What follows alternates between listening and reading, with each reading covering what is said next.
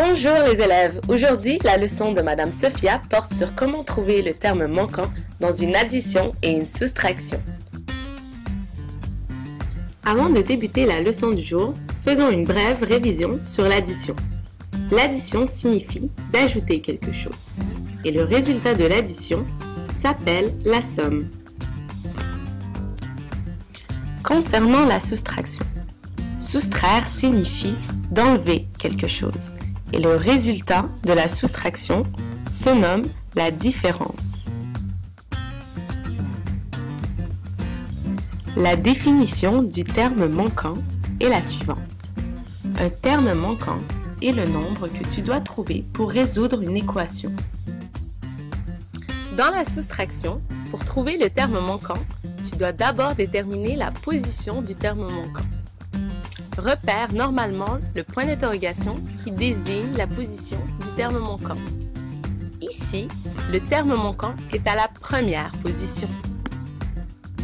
Lorsque le terme manquant est situé à la première position, tu dois additionner les deux termes de l'équation.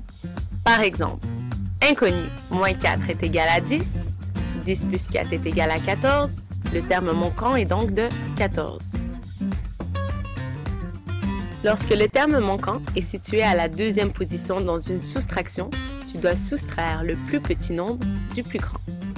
Par exemple, 15 moins inconnu est égal à 10, 15 moins 10 est égal à 5, le terme manquant est 5.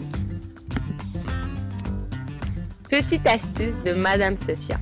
Pour trouver un terme manquant dans une addition, la position du terme manquant n'a pas d'importance. Pour trouver le terme manquant d'une addition, tu dois simplement faire l'opération inverse, une soustraction. Par exemple, 6 plus inconnu est égal à 12.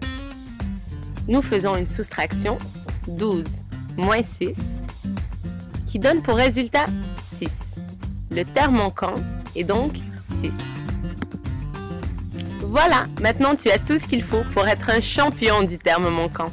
À la prochaine pour une autre leçon de Madame Sophia.